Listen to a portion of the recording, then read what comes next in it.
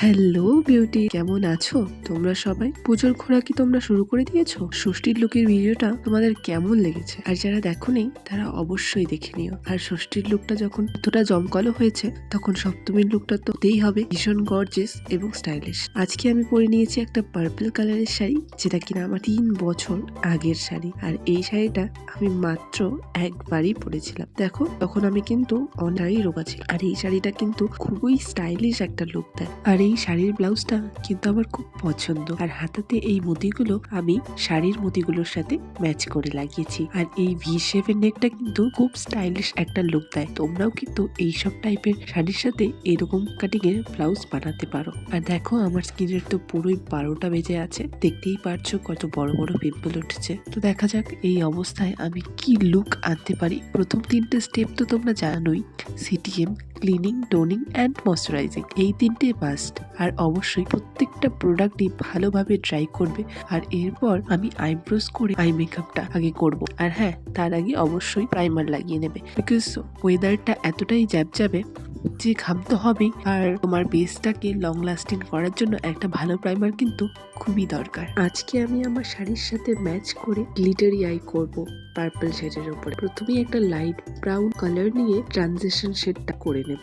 তারপর পার্পল কালারের একটা শেড নিয়ে আউটার কর্নারটাকে ভালোভাবে ডার্ক করে নেব। আর হ্যাঁ, আমি কোনো কাট ট্রিস করব না, এমনি গ্লিটার অ্যাপ্লাই করব, পেস্ট গ্লিটার। কিন্তু তোমরা যদি আরো প্রমিনেন্ট একটা লুক চাও, তবে অবশ্যই কাট ক্রিজ করে নেব। প্রথমে আমি লাইট গোল্ডেন কালারের একটা পেস্ট গ্লিটার ব্রাশ দিয়ে ভালোভাবে অ্যাপ্লাই করে, তারপর একটা big size silver paste glitter আমি আঙ্গুল দিয়ে ভালোভাবে লাগিয়ে দেবো। আসলে এই পেস্ট গ্লিটার গুলো ব্রাশের থেকে আঙ্গুল দিয়েই ভালোভাবে লাগে, কিন্তু প্রথমে তোমরা ব্রাশ দিয়ে লাগিয়ে তারপর আঙ্গুল দিয়ে ভালোভাবে লাগিয়ে নেবে। আর এই দেখো ফাইনালি, যেহেতু আমি আমার ফোনে ফ্রন্ট ক্যামেরা দিয়ে শুট করি, তাই অতটা ভালোভাবে বোঝা যাচ্ছে।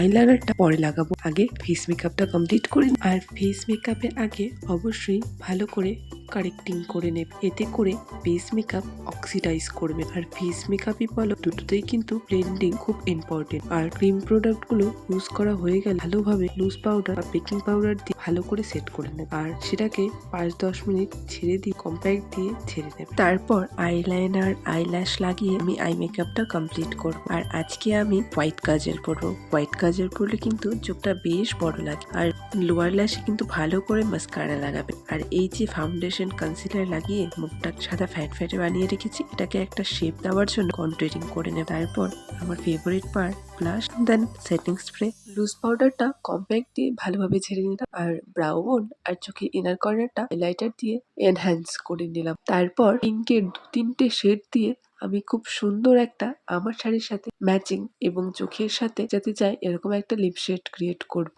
তারপর লাস্টে হাইলাইটার লাগিয়ে আমি আমার লুকটা কমপ্লিট করে নিলাম। হেয়ার স্টাইলটা আজকে আমি কার্ল করে ওপেন হেয়ার রেখেছি। সো কেমন হয়েছে ফুল লুকটা অবশ্যই কমেন্টে কিন্তু জানিও। আর যারা ভিডিও দেখো তারা অবশ্যই চ্যানেলটিকে সাবস্ক্রাইব করে দিও। আর লুকটা যদি তোমাদের ভালো লেগে থাকে, তাহলে অবশ্যই কমেন্ট বক্সে পার্পল হার্ট কমেন্ট করে যাবে। আর প্লিজ ভিডিওটিকে তোমরা তোমাদের ফ্রেন্ডসদের সাথে শেয়ার করে দিও। দেখা হচ্ছে নেক্সট ভিডিওতে।